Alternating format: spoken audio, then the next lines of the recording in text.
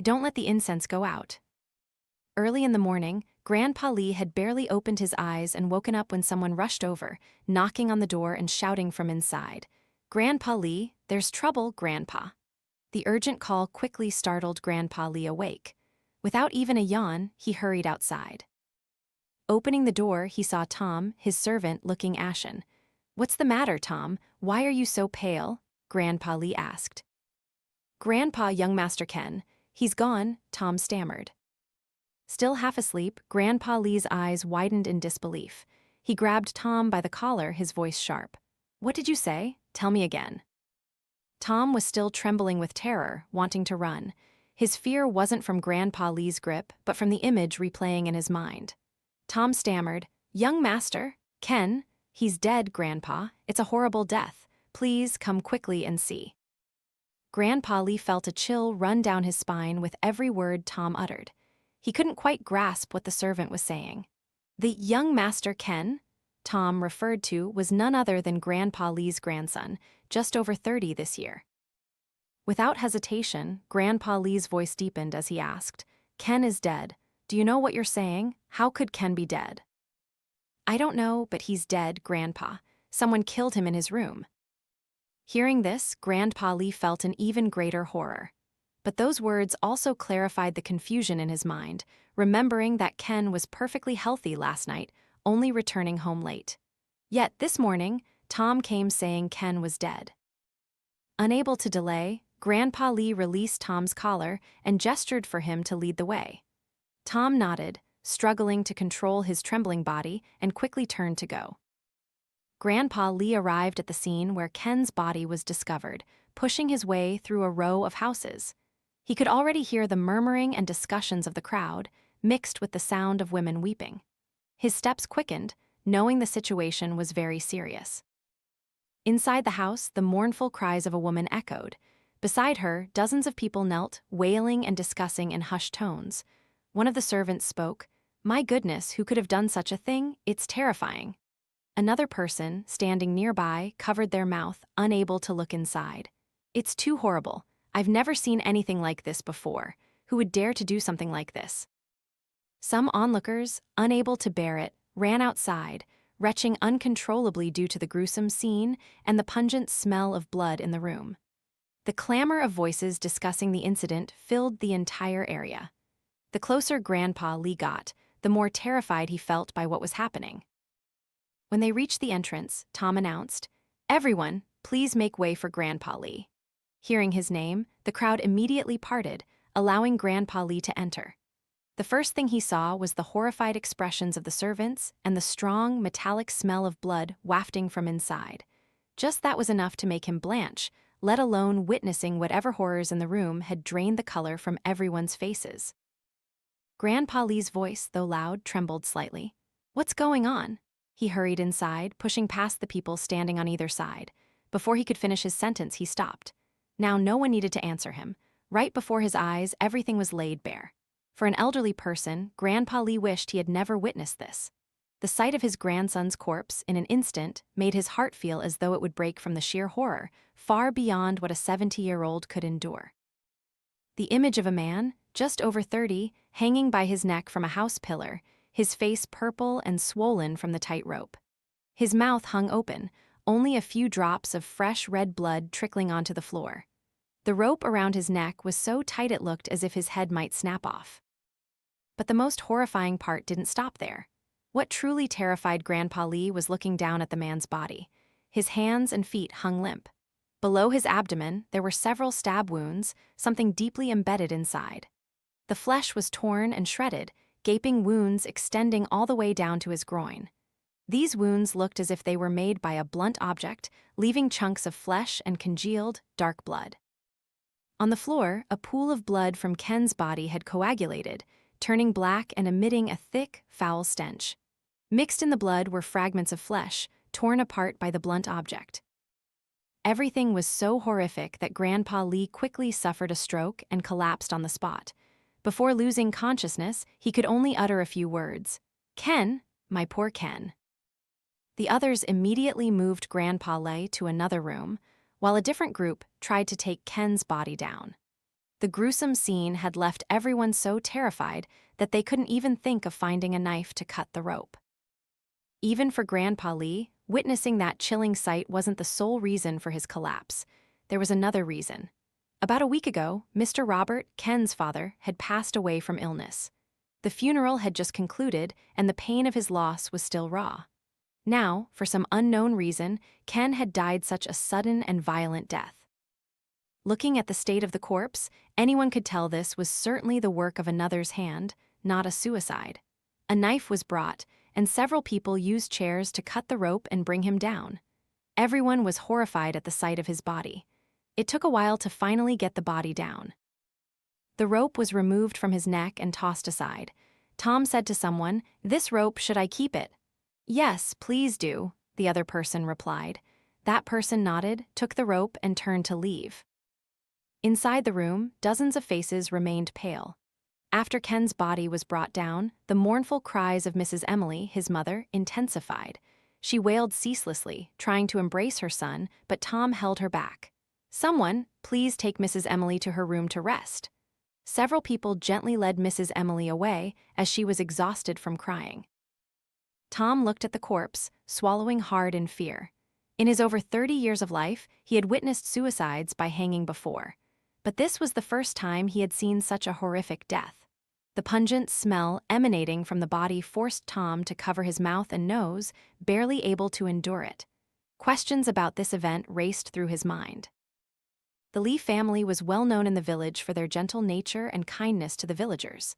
Mr. Robert, Grandpa Lee's only son, had 3 children during his lifetime: Alex, Ben, and Ken. Currently, Alex and Ben were working elsewhere, leaving only Ken at home to help Grandpa Lee and Mr. Robert with some tasks. The family had been peaceful and their business prosperous when suddenly Mr. Robert died, leaving everyone unprepared. The grief had not even passed, and now his youngest son had also died, hanging by his neck with numerous gruesome wounds. A family that had always been peaceful, never contemplating harming anyone or even taking advantage of others for their own gain, now seemed to be facing strange occurrences. Unexplained, sudden deaths. Haunting deaths whose cause, no one suspected, stemmed from 2 words: a mistake. Let's rewind to 1 week prior. Outside, Mr. Robert's funeral was taking place, and everything seemed normal. Wails and lamentations echoed through the village, accompanied by a somber and gloomy atmosphere that felt almost unbearable. Mr. Robert's sudden passing left Grandpa Lee deeply saddened, with countless family affairs still to be managed. As he sat in a daze, Master Thong, the shaman invited by the family to perform the funeral rites for Mr. Robert, approached him and said, "Greetings, Grandpa Lee. There's something important I need to discuss with you and everyone." Grandpa Lee, trying to collect himself, replied, "Yes, Master. What is it? Please tell us." Master Thong's expression was grave. "There's nothing to hide, Grandpa Lee. I've consulted his horoscope, and we must wait until tomorrow before burial. I don't know if that suits your family." Grandpa Lee, his eyes weary from worry, simply nodded and replied, "Yes, Master. If you say so, our family will abide by it." Master Thong nodded, then thoughtfully added, "There's one more thing, Grandpa Lee, I want to remind your family. We are currently in a very sensitive hour, so there are certain things that absolutely must be followed. Not a single word can be mistaken, otherwise, misfortune will strike." "Yes, Master, what is it? Please tell us." "It's nothing major. Your family, from now until the coffin is taken out for burial, must absolutely not let the incense or candles go out at any point. Everything must burn continuously, without interruption. That's all." "Yes, Master, I will remind my family about this. Thank you for your guidance." Master Thong nodded and returned to his duties. A gloomy day passed in the house, filled with cries, sighs, and the unspoken grief in Grandpa Lee's heart. By evening, Master Thong had other engagements and left, promising to return the next morning. True to his word, Grandpa Lee reminded everyone, "Listen, everyone, you must take turns watching the altar. Do not let the incense or candles go out. If they do, report it to me immediately. Understood?" Everyone nodded in unison. That night, Alex and Ben were the ones watching over Mr. Robert's coffin.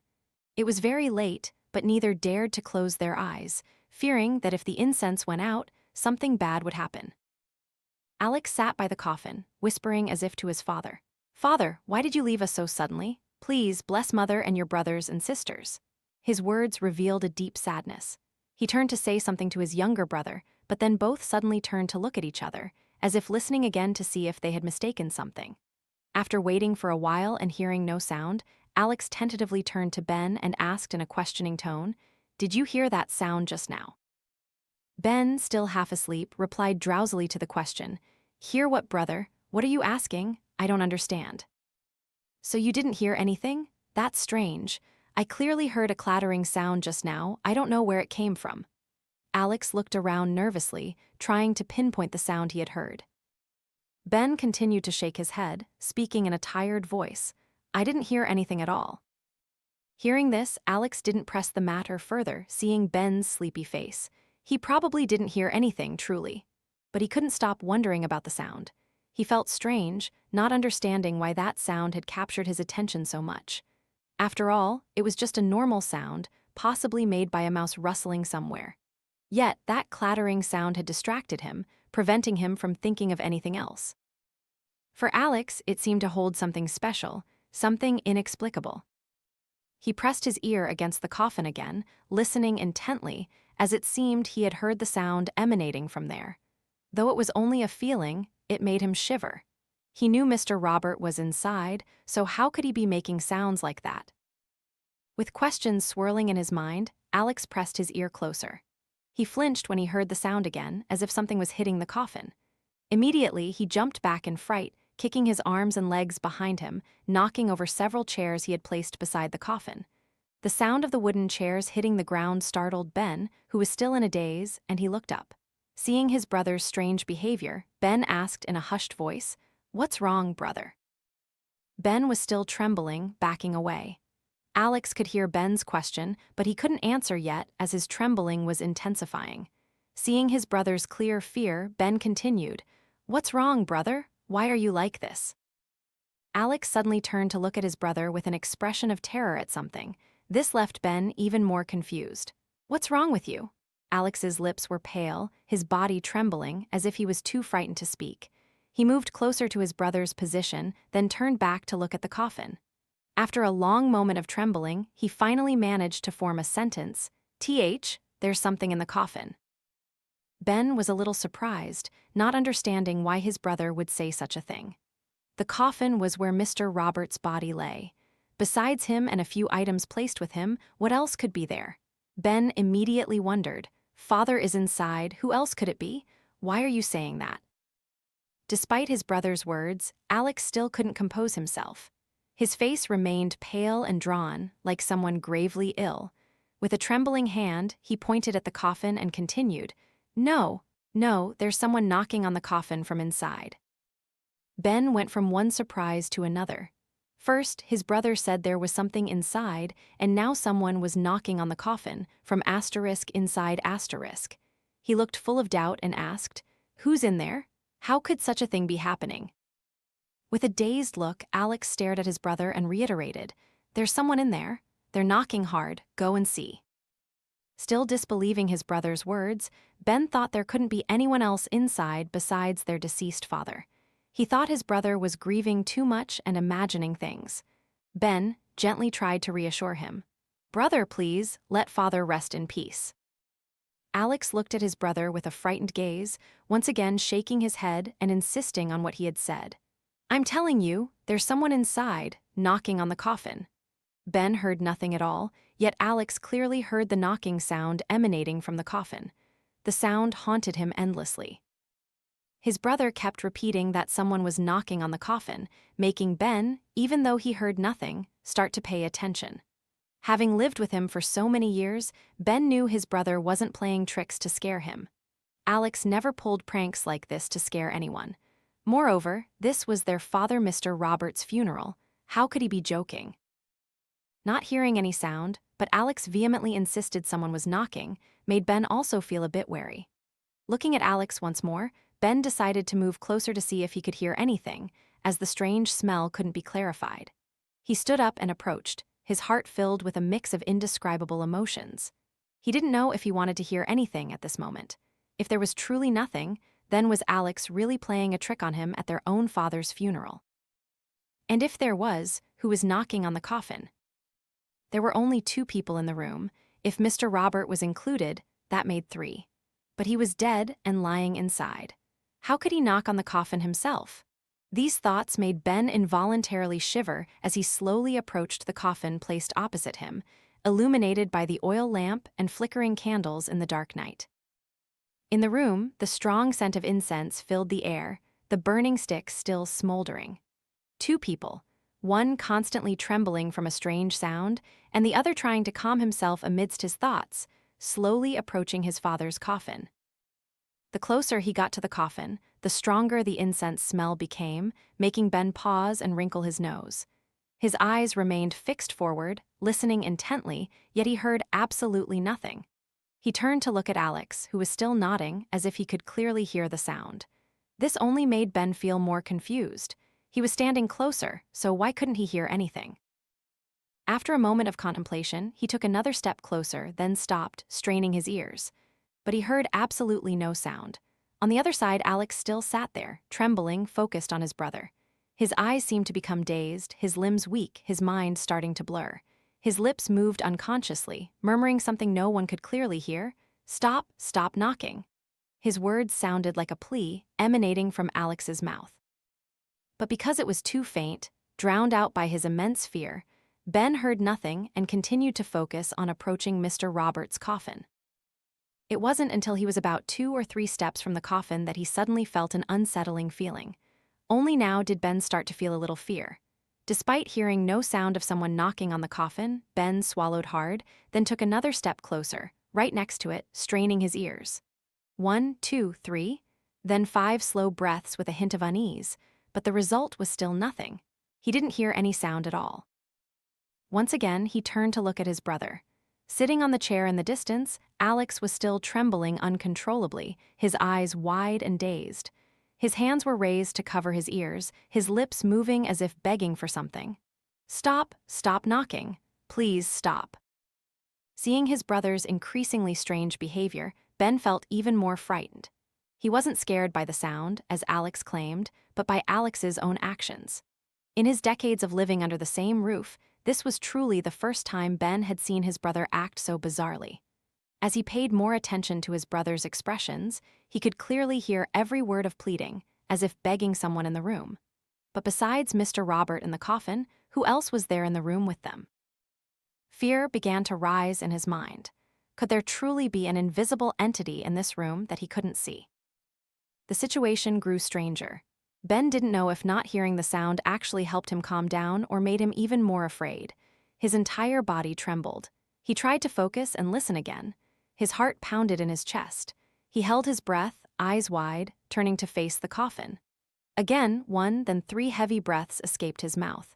He focused so intently that he could even hear his own heartbeat. He was startled because this time, instead of terrifying silence, he heard something very familiar, a sound he had heard many times before. It was so familiar, but in that moment of hazy consciousness, he couldn't pinpoint what it was. It sounded again, somewhere around the coffin. Ben focused all his attention, trying to figure it out, his eyes darting back and forth, feeling like he was close to understanding. The animal sound continued to emanate clearly. This time, Ben remembered what animal sound it was. Not just him, but Alex, sitting some distance behind, could hear it too. Alex no longer showed an overly horrified expression. His face had somewhat improved as he looked at his brother, no longer stammering pleas. Ben could now confirm that the animal sound he had just heard was nothing other than mice. He regained his composure, looking towards the dark corner across from the coffin, then immediately ran towards it. As soon as he reached that spot, a tiny shadow of a mouse scurried away, squeaking in fear. Ben stood there, stomping his feet a few times as if to chase it away. The pallor on his face lessened somewhat. He sighed, relieved that it was just a mouse that had run in to disturb the coffin. Turning to his brother, Ben said softly, "It's nothing, brother, just a mouse. It scared me so much, though. I almost died of fright. I thought it was coming here." He trailed off, realizing his mistake, but his mind was still filled with questions, wondering why a mouse could make a sound like a human knocking on a coffin. Ben also had questions in his heart about why he was the only one who didn't hear the mouse causing trouble at the coffin earlier, while Alex clearly did. It was only when Ben got close and tried to listen that he noticed the mouse's squeaking. Both were lost in their own questions, completely unaware that the incense sticks on the altar, directly opposite the coffin, had long since gone out. Inside the tightly sealed coffin, Mr. Roberts' body lay still, eyes closed, his breath long gone. He was dead, just waiting until tomorrow to be taken for burial. Everything seemed to be going smoothly, but it wasn't.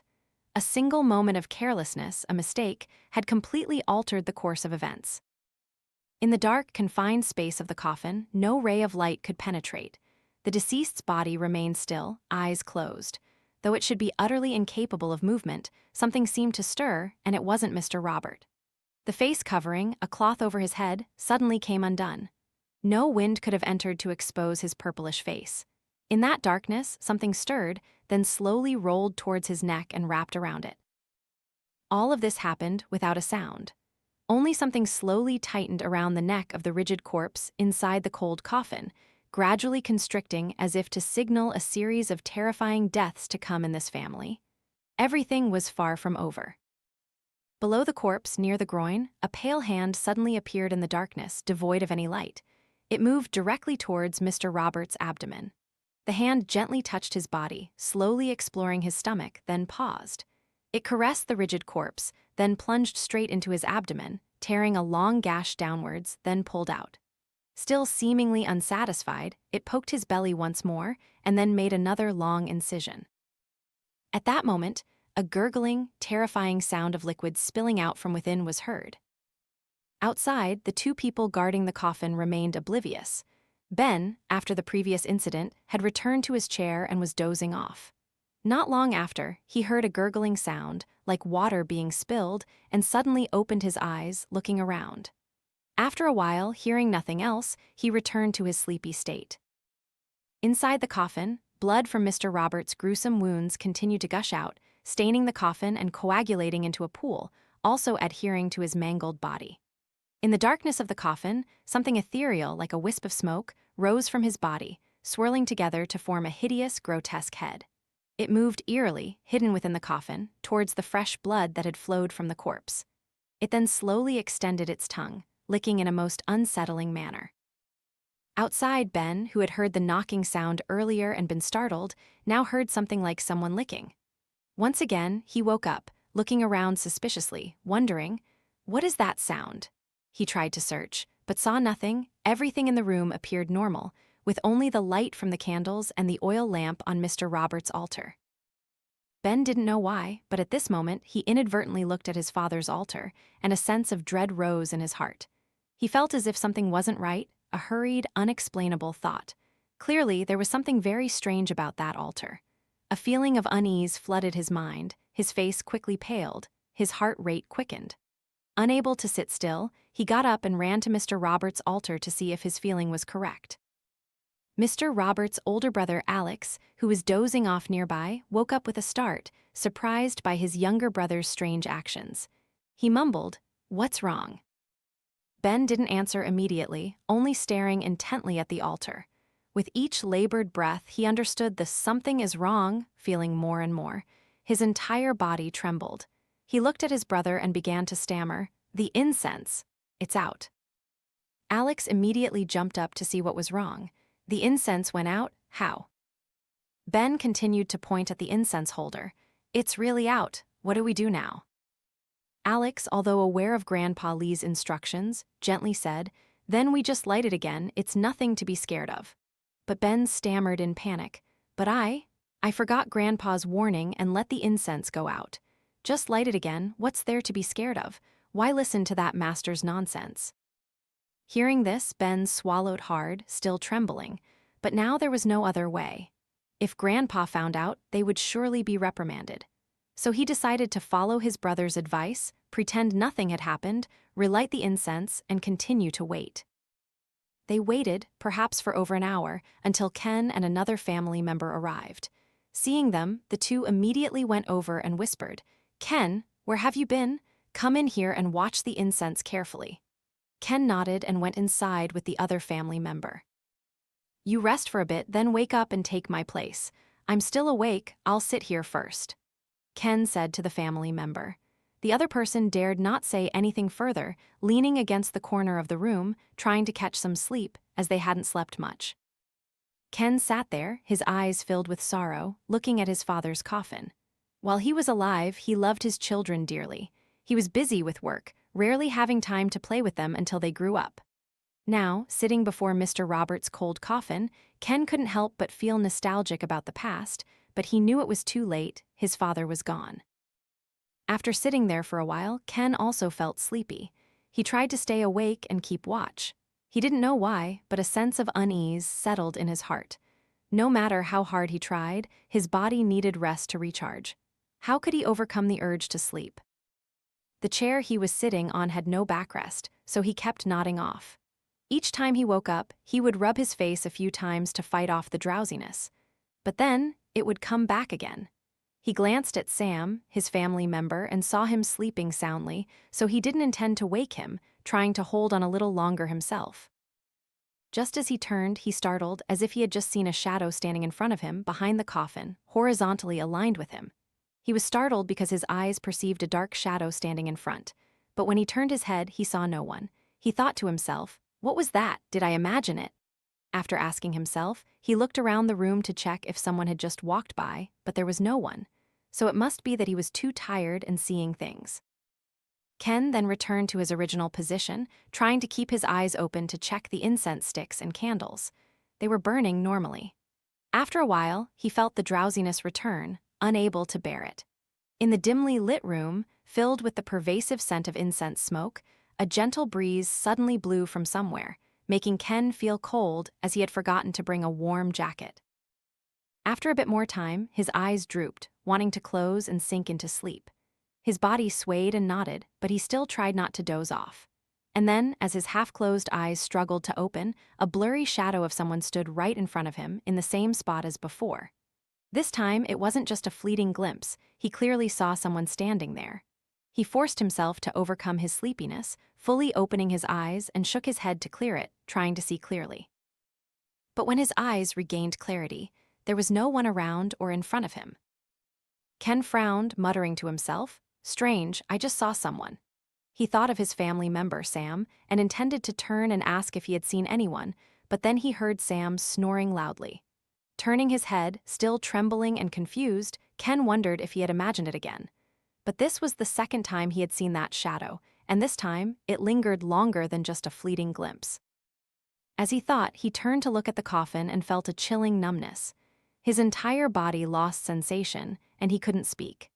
Because, to his surprise, right before his eyes, at the spot where he had seen the shadow twice before, a shadowy, indistinct figure, utterly dark and with unclear features, had truly appeared.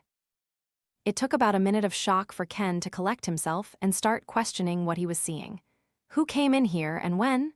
He tried to squint to see clearly, but he couldn't make out the figure. It was just a faint, dark shadow. Only with great effort could he discern it was the shape of a man. Outside, everything became eerily quiet. But in the room where Mr. Roberts' coffin lay, the candles and oil lamps flickered erratically, with no wind blowing in. Ken was now filled with a mix of emotions: astonishment, confusion, fear, and also a hint of curiosity. In his decades of life, this was the first time he had seen such a strange, blurry, shadowy figure. Could this be the ghost that villagers talked about? Regardless of what it was, Ken was sure its appearance brought nothing good. He wanted to go and wake Sam, but his entire body was stiff, unable to move. He couldn't even call out to Sam, his mouth was sealed shut. Before his eyes, the dark shadow was no longer standing still, it was moving. It lumbered towards Ken, and it didn't stop there.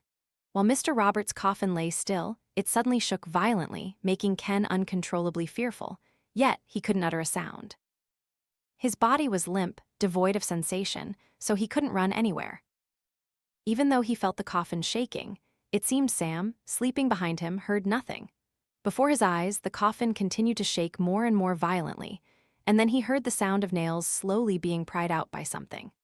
The metallic sound of nails being scraped out was dry and chilling, sending shivers down Ken's spine.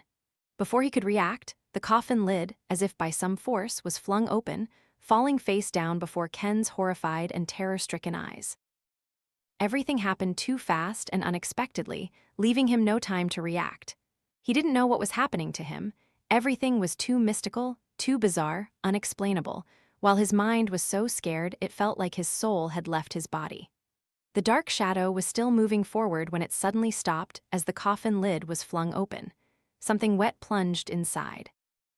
Ken could only sit still, his hands and feet trembling, his teeth chattering uncontrollably as he witnessed everything unfolding before his eyes.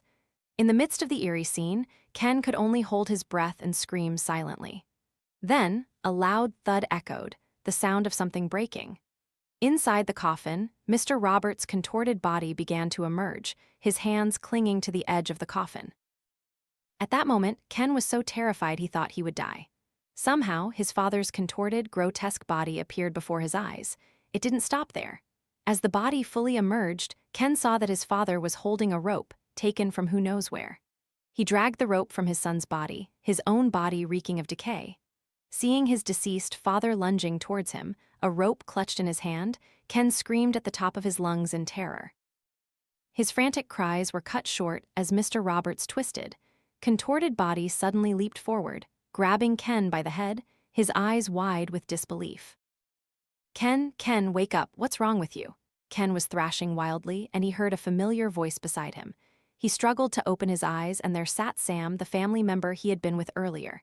Ken, what's wrong with you? Are you having a nightmare? Ken's mouth was still agape, his face filled with terror. He only replied, Someone was trying to attack me. He turned his head, looking around as if searching for something. Sam continued to ask, bewildered, Ken, what's wrong? I don't understand what you're saying. After looking around for a long time and seeing nothing, Ken felt completely relieved. He calmed down, breathing heavily, his eyes darting around, thinking, then finally said, I must have been too tired and hallucinating. I was so scared, I thought someone was trying to attack me. Sam heard this and looked around fearfully. After reassuring Ken for a while, he said, You scared me so much. I was sleeping, then I heard you groaning and woke up to find you thrashing on the chair, shouting as if someone was taking you away. You must have been dreaming, or maybe you should go back to your room to rest, and I'll watch. No, it's okay. I can stay here. I was just too tired and had a dream, Ken replied. Then, remembering something, he asked, How's the incense smoke? Don't worry, everything is normal. Ken nodded, then got up and went to the chair that had fallen over earlier. Come and sit here and talk with me until I'm fully awake. Sam nodded in agreement. From then on, the two talked about various things until dawn. In the morning, Master Thong arrived early to perform the rituals. As he stepped into the village, he paused and frowned. How could the entire village be covered in such an ominous aura after just one night? What went wrong? He looked towards Grandpa Lee's house, the very source of the negative energy he had just sensed. A few days ago, after asking for permission to leave, everything was normal. It was just a funeral. But why, this morning, did everything seem to be shrouded in death energy? After calming himself for a moment, Master Thong wasn't overly worried, as the negative energy wasn't too strong and only faintly spread throughout the village. Perhaps the unfortunate incident he feared hadn't happened yet. He then walked towards Grandpa Lee's house. Upon arriving, he saw Grandpa Lee already there, along with a crowd preparing for the funeral. Grandpa Lee, seeing Master Thong, immediately approached him to greet him. Welcome, Master. Master Thong nodded and replied, Yes, I'm here. The two then went inside to begin the preparations. Stepping in and looking at the coffin, a sense of unease filled Master Thong's heart. As if too many questions were forming in his mind, he turned to Grandpa Lee and asked, Grandpa Lee, has anything happened since I left? No, Master, nothing at all. Why do you ask? Grandpa Lee, are you sure nothing happened? Yes, Master, I'm telling you the truth. I'm old, and I couldn't stay up all night to watch, so I went home to rest and instructed the boys, my grandsons. Whether they managed everything according to custom or not, I don't know, but this morning, everything seemed normal, Master. Master Thong heard this and immediately spoke, without mincing words. Quickly, call the boys here. I need to ask them thoroughly. Hurry, before things get too bad. Grandpa Lee's face immediately changed, filled with worry at Master Thong's attitude. Could something truly have happened last night that he wasn't aware of? Without further delay, he called Alex, Ben, Ken, and Sam, who had watched over the coffin last night. When asked by Master Thong, Ken quickly replied, his voice firm, "No, nothing happened, Master. Just as Grandpa instructed, I and the servant here took good care, not letting the incense or candles go out at any point." After speaking, he looked at Sam. Sam also nodded and replied, "Yes, Master, that's right. I never let the incense or candles go out as you said, and we're still taking turns watching." Master Thong and Grandpa Lee nodded, then looked at Alex and Ben. Compared to Ken and Sam, these two seemed a bit hesitant. Then Ben spoke up, asserting, "I and my brother watched and nothing happened. The incense and candles were lit continuously, no problem." Alex's face changed slightly, but hearing his brother's words, he echoed, "Yes, that's right, Master. We never let the incense and candles go out and nothing strange happened." "Can you boys truly confirm that nothing happened?" Master Thong asked. Alex remained silent, not daring to answer. Ben frowned slightly and then spoke, his voice tinged with annoyance. "We've already said so, don't you believe us? Are you suspecting us of lying? You were invited by our family just to perform your duties, not to accuse us." "I wouldn't dare, young master. I just wanted to be certain." Ben scoffed and turned to walk away. As for Ken, he could affirm that he and Sam had not let the incense go out even once that night. However, regarding the master's questions, he was somewhat troubled by the dream he had. On the other hand, Alex and Ben, to the contrary, had clearly been careless and let the incense go out. He didn't know for how long, but if they weren't too proud to admit their mistake now, perhaps everything would be different later, and no more lives would be lost so unjustly and painfully. Sadly, out of selfishness, the two brothers tried to cover up the incident, leading to consequences later for the family. Grandpa Lee had only listened and followed the master's words until now. Now, she finally spoke, asking, "What exactly is going on, Master? Has something happened to our family without me knowing?" "Grandpa Lee, truthfully, this matter is beyond my capabilities. Knowing this, I warned you yesterday to prevent things from going too far. But I don't know why, at this moment, I have a feeling that someone has made a mistake, causing negative energy or even resentment to shroud this house. Your grandson's attitude suggests that nothing happened last night, but everything indicates the opposite." Grandpa Lee heard this and felt as if he would collapse. His legs were unsteady, his mouth stammering, "Do you mean something happened last night?" He didn't want to, but Master Thong had to confirm Grandpa Lee's words. "I'm afraid so, Grandpa Lee, and if so, then surely two of those four people are lying. Now, we can only hope it's all just speculation." Grandpa Lee's limbs went weak at this, his face filled with worry. If someone was truly lying, what would happen to this family? This was a matter about which Master Thong also felt helpless. As Master Thong thought about the four people, he completely believed Ken and Sam's words, as their expressions and voices showed no deceit. On the contrary, Alex and Ben seemed to be hiding something. Of course, that was just speculation. Everything was too vague now to say for sure. Master Thong looked around worriedly. As a practitioner, he had a premonition that something was coming, something that might happen sooner rather than later. The people in this house would soon utter the words, "if only." Looking at the atmosphere and the people in the house, Master Thong's heart felt heavy. For the villagers, the Lee family's way of life was far from bad. In fact, they were very concerned for those around them. Everyone knew this, and Master Thong also understood it well. Therefore, the clear feeling that something big was coming and his powerlessness, even unable to determine if it was truly happening. Hearing this, Master Thong felt incompetent. "I am old, I've been in this profession for decades. This is the first time I have felt so weak and useless." In another corner, Alex and Ben were talking. Alex spoke worriedly, "Why didn't you tell the master what happened?" "I don't think it matters, brother." "Are you crazy? If Grandpa found out with his temper, wouldn't you know what would happen? He would surely apply the family rules and punish us. What good would that do?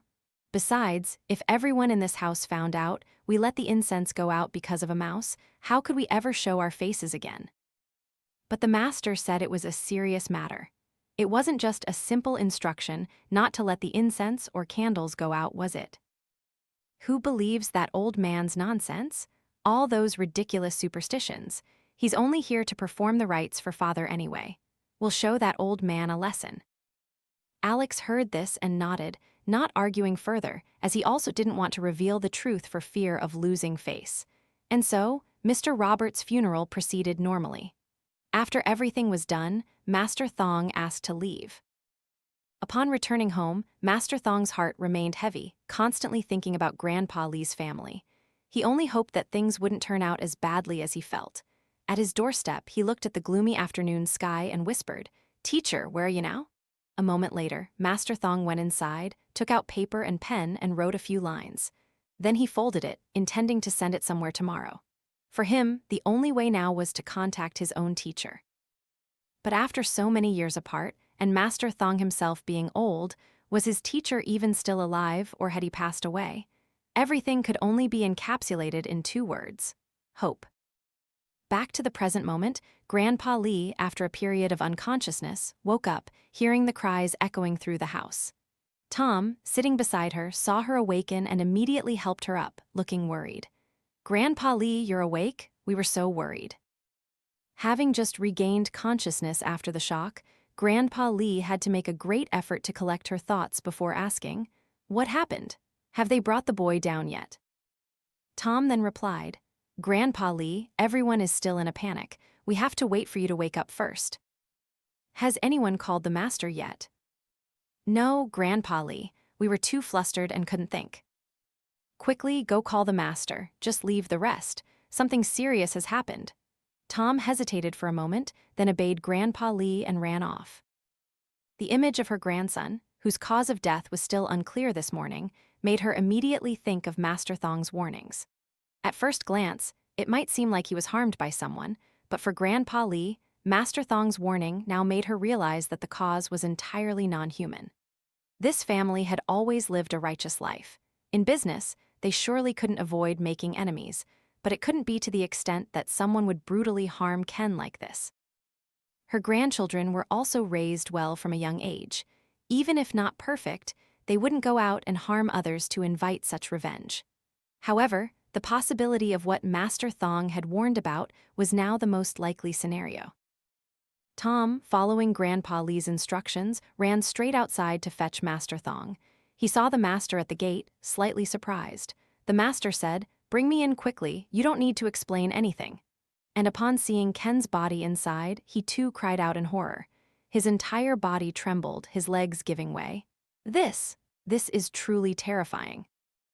Grandpa Lee, hearing that the master had arrived, immediately came forward, pleading, "Master, please save my family. Please calm down, I will surely find a way." Immediately, Grandpa Lee also sent someone to call Alex and Ben, who were outside back home. By late afternoon, the two also arrived. After a family meeting, attended by Master Thong, who had officially proposed this meeting, Grandpa Lee sternly said, "Listen, everyone, you must all answer Master Thong's questions truthfully, without hiding anything, otherwise you will face the consequences." Everyone nodded silently. In a corner, Sam, who had been guarding the coffin with Ken, was still trembling. Master Thong then asked, "Everyone, tell me, after I left that day, when I returned, were the incense or candles out?" Grandpa Lee looked at Sam, who was kneeling on the ground, and said, "Steve, you were the one on duty with Ken that night. Tell us what happened." "Grandpa Lee, Master, I swear nothing happened that night. Ken and I took turns watching, never taking our eyes off it. Please believe us, Grandpa Lee and Master." Then he proceeded to tell everyone about the strange dream Ken had. At that moment, Alex suddenly grasped a point in Steve's words, as if it would help him avoid responsibility. "You said you were sleeping and heard Ken groaning because he had a dream. So weren't you both asleep? And who knows when and for how long you were asleep? If that's the case, then there must have been negligence on your part. My younger brother only suffered because of your carelessness." Then Ben turned to Grandpa Lee and said, "Grandpa, if that's the case, then everything is very clear. Steve, whether little or much, is the reason our brother suffered due to his carelessness. After we finish his funeral, we should punish this careless Steve." Steve could only stammer, unable to argue. And with this matter, who would believe him if he tried to speak? Grandpa Lee heard this and only spoke softly. "All right, After the funeral, I will definitely clarify this matter." Ben heard this and smirked triumphantly, having easily shifted the blame to a servant. He even pretended to be worried and saddened for his younger brother. Grandpa Lee didn't entirely believe it, but for now, she had to focus on her grandson's funeral, so she proceeded this way, intending to investigate later when she had time. Master Thong simply remained silent and left. The next day, Ken's funeral was over. In the room, only Grandpa Lee and Master Thong remained. Grandpa Lee said, "Master, what do you think we should do about this? I believe this matter should wait until this evil spirit is dealt with. I advise you not to do anything to him for now, as everything is still unclear. And I also think what Alex said makes sense, but you have no proof. However, given Ken's personality, it's very unlikely he would lie like that. You also feel that the other two brothers are hiding something. But now, we must resolve this matter first. Is there truly no way, Master? Please forgive me for being so incompetent. My current abilities cannot completely resolve this. I don't even know who its next target is. Now, I can only hope my teacher receives my letter and comes here. Only he can save this situation." Grandpa Lee dared not say anything further. Her face became sorrowful. Now, she only wished the next person to die would be herself. She prayed for it to stop, to harm no one else. For an elder to see her children and grandchildren die before her, the pain was 100,000 times worse. That night, in Ben's room, he lay stretched out on his bed. His younger brother had just died, yet he seemed normal, even feeling pleased that he had managed to shift the blame onto the servant. For him, whether the mystical incident of the incense going out was real or not didn't matter. He only knew that everything was currently working in his favor, absolving him of responsibility and avoiding severe punishment. The Lee family was renowned for its strictness. Children in the family faced heavy consequences if they committed major mistakes. Moreover, this time it involved human lives, so the repercussions would surely be immense. He also thought that if he told the truth, that night they had let the incense go out simply because they were focused on a mouse, he wouldn't know where to hide his face. Luckily, he had accidentally found a flaw in Steve's story, so he thought he had escaped responsibility. He was slowly closing his eyes, drifting off to sleep, when he started to hear something beside him. His body began to fall into a drowsy state. He still heard the faint squeaking of a mouse, but he didn't pay attention, only shifting his body slightly and continuing to lie still. The squeaking of mice now sounded like not just one, but several mice in the room. However, Ben still lay motionless, his lips twitching, not fully waking up. The mice scurried around, knocking things over in the room, running wildly and squealing. Sometimes, they even seemed to knock something to the ground. After a moment of silence, they would squeak again. Not only that, but they also made sounds as if they were gnawing on something wooden. On the bed, Ben now started to get distracted by the mouse sounds. He turned to one side. Once again, the mouse sounds echoed in his ears, making him increasingly annoyed and eventually fully awake. He grimaced, as it sounded as if a mouse was right next to him. The mouse squeaked again, making him irritated, and he opened his eyes. However, he remained still, seeing the darkness all around him. He tried to squint, but it was too dark to see anything. The sound he had heard in his sleep was no longer there. He closed his eyes again to go back to sleep. He was annoyed, having just fallen asleep, only to be woken by something. His face scrunched up, he gritted his teeth, then remained silent, sinking back into sleep. His body started to ache. Somewhere, the mouse sounds echoed again, the sound of their little feet scurrying back and forth. There seemed to be so many mice now, perhaps dozens of them, running and jumping all over the room. The sounds of their feet, being so numerous, mixed together, creating a chaotic sensation, making it impossible to pinpoint where they were running. Lying on the bed, Ben remained still as a corpse, his eyes tightly shut, only occasionally twitching his facial muscles as he faintly heard mice scurrying in the house. Suddenly, a mouse shrieked right next to his ear, making him jump, his eyes snapping open. He flailed his arms on both sides as if to chase the thing away, but he saw nothing. His face, filled with worry, stared into the void, still lying motionless. Ben groaned, not knowing what was happening. He also found it strange because ever since he was a child living in this room, he had never woken up to find it so dark. Turning his head from side to side, he felt the softness of the pillow beneath him. But something was very strange. It was as if he was in a different room. It was so dark that he didn't even know where he was. No matter how hard he tried to open his eyes, everything around him was still pitch black, unable to see anything. The darkness immediately instilled a sense of dread in his heart. There was something unusual and terrifying here, something that could choke anyone. Now, with his mind fully awake, albeit slightly, in that darkness, Ben could still hear scurrying sounds around him. With more time, he realized it was the sound of mice squeaking and scurrying somewhere around him. Having been in a drowsy state, he now began to feel something. He propped himself up with his elbows on the bed, pushing his body up slightly. But everything was still utterly dark, so he had to push harder. Suddenly, Ben's head bumped into something very hard right above him. Then, he raised his hand to rub his head, grimacing, wondering, what the hell is that? After rubbing his head for a moment, he stopped. He focused intently, looking around. But everything was still pitch black. He couldn't see anything. But then he propped himself up with his hands again, and his head bumped into something above him once more. This time, even though it hurt, Ben couldn't focus on the pain. His eyes began to change color, as if he realized something was wrong. He swallowed hard, feeling a shiver run down his spine. Ben instinctively started to wonder where he was. His entire body trembled. He decided to lie down in a fetal position and grope around with his hands. Immediately after, he heard the thud of his hand hitting something very hard made of wood. The sensation from his hand made him realize what was happening.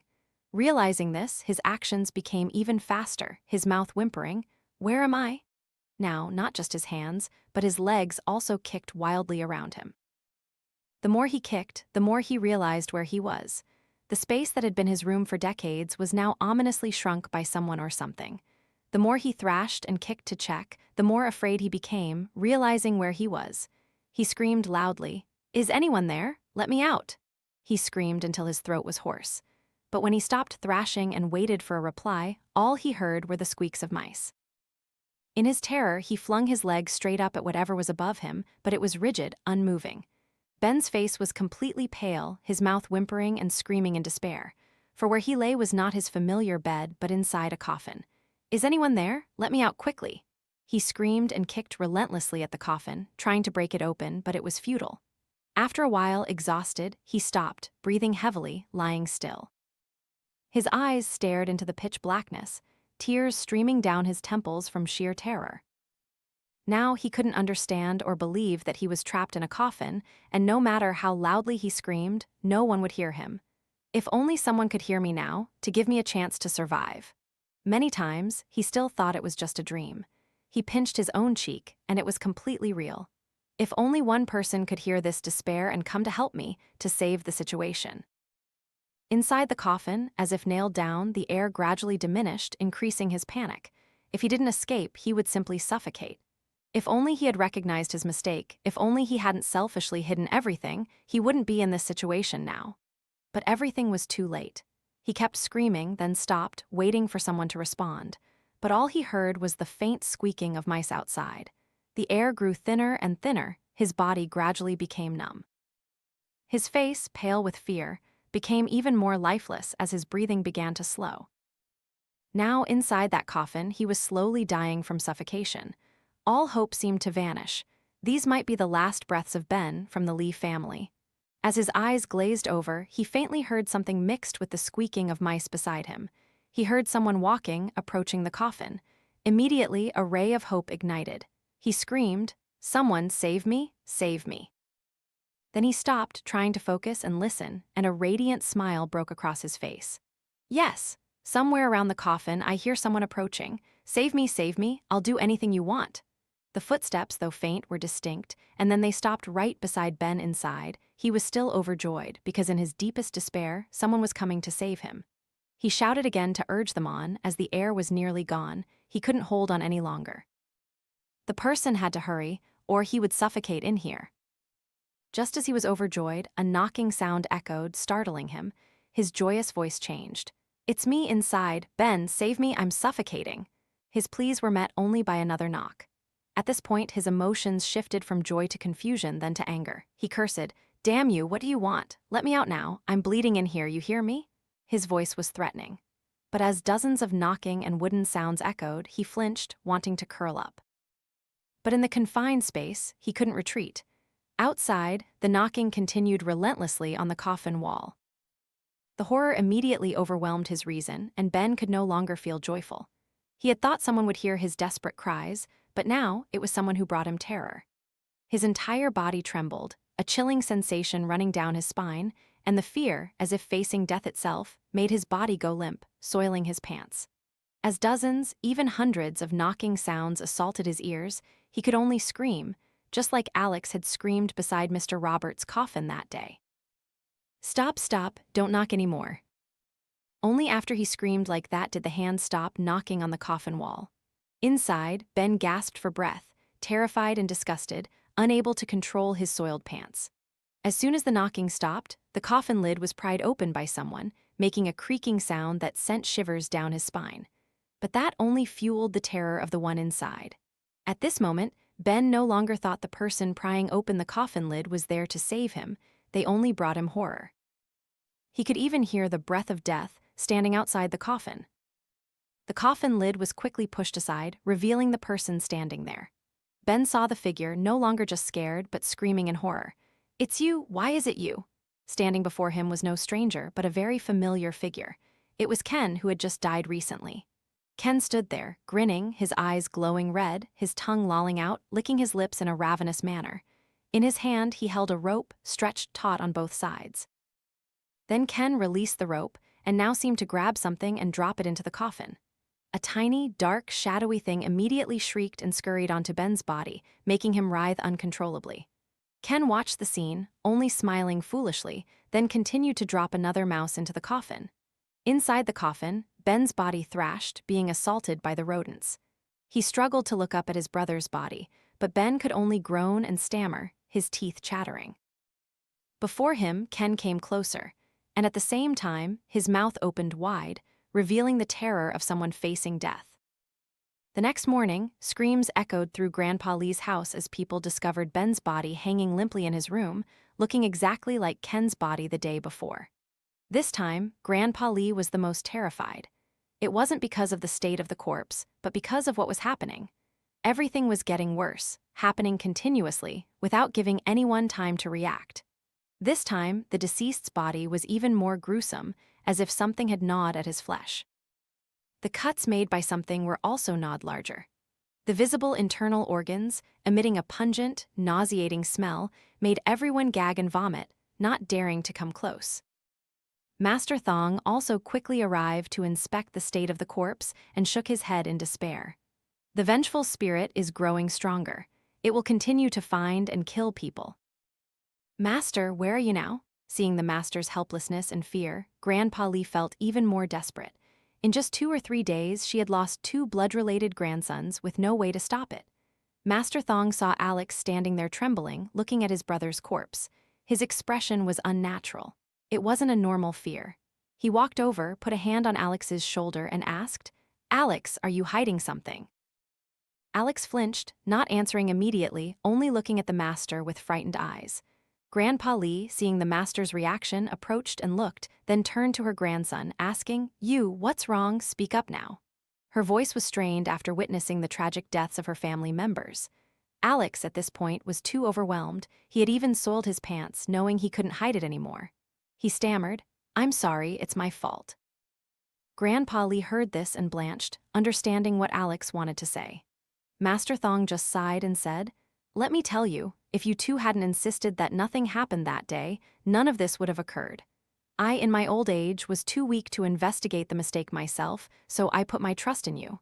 Yet, for what reason did you two try to hide it? What benefit did you gain from hiding it?" Master Thong's voice was now extremely bitter, knowing the truth, that Alex and Ben had indeed let the incense go out and had covered it up. Alex could only shed tears and reply, "It was my fault. It was Ben who kept advising that nothing would happen, and if we told everyone that the incense went out because of a mouse, we'd lose face." Grandpa Lee heard this and was speechless. Her entire body trembled with rage. She immediately lunged forward, grabbing her grandson by the collar. "You're still blaming others? Look at the selfishness of you two. Now 2 lives have died in agony. Are you happy? You've saved your face, haven't you? Are you satisfied?" Alex's body went limp. He cried incessantly. begging for forgiveness and regretting his actions. Master Thong sighed and replied, "If you had told the truth that day, even if I, with this old life, had to do my utmost to prevent this, and even if the family still had to pay the price for its mistakes, it wouldn't have been to the extent of losing lives like this." Alex nodded in pain. Only now did he realize that his and his brother's selfishness had brought calamity upon their family. Two people had to die just because of their excessive pride, not daring to admit their mistakes. Even more painful was Ken, an innocent person who also had to pay the price. Now the incense out was laid bare before their eyes, but everything was too late to salvage. Master Thong could only risk his own life to seek out the evil spirit existing in the Lee family's house, hoping to eradicate it. Even if it cost him his life now, he would have no regrets. Everything remained gloomy until late afternoon when someone reported that a person had arrived outside, claiming to be an acquaintance of Master Thong. Master Thong rejoiced, thinking it was his own teacher, and told Grandpa Lee to have someone lead the person in. However, the person who stepped in was just a young man, around 40 years old, whom Master Thong had never met before. The young man immediately said, "Greetings, Master. I am Liam, the son of Master Thong's teacher. This is our first time meeting." Master Thong was startled, trying to recall. After a long while, he remembered that in the past, when he was practicing with his teacher had mentioned a son living in their hometown. And now, this was that son. Without preamble, Liam said, "I received your letter, Master, so I've come here first to inform you that my father passed away 2 years ago. And then, to help you exorcise the evil that exists in this house." Master Thong and Grandpa Lee heard the news of his teacher's passing and initially looked disappointed, but Liam's next words brought them back to their senses. From that day, under Liam's hand, the evil spirit was captured and revealed to everyone's astonishment. What Master Thong, who had decades of experience in the profession, had felt helpless and frustrated about, Liam subdued with ease. Seeing Master Thong's astonished expression, Liam then said, "Don't think too much, Master. I am his son, so I possess this natural gift. Don't blame yourself. The matter here is resolved. I ask for your permission to leave." Master Thong nodded. He honestly didn't feel envious of Liam. On the contrary, he was happy for Liam and for his late teacher. Then Liam turned to Grandpa Lee, bowed, and said, "Grandpa Lee, please remember not to let the incense go out during his funeral. If it happens again, this entire family will surely die."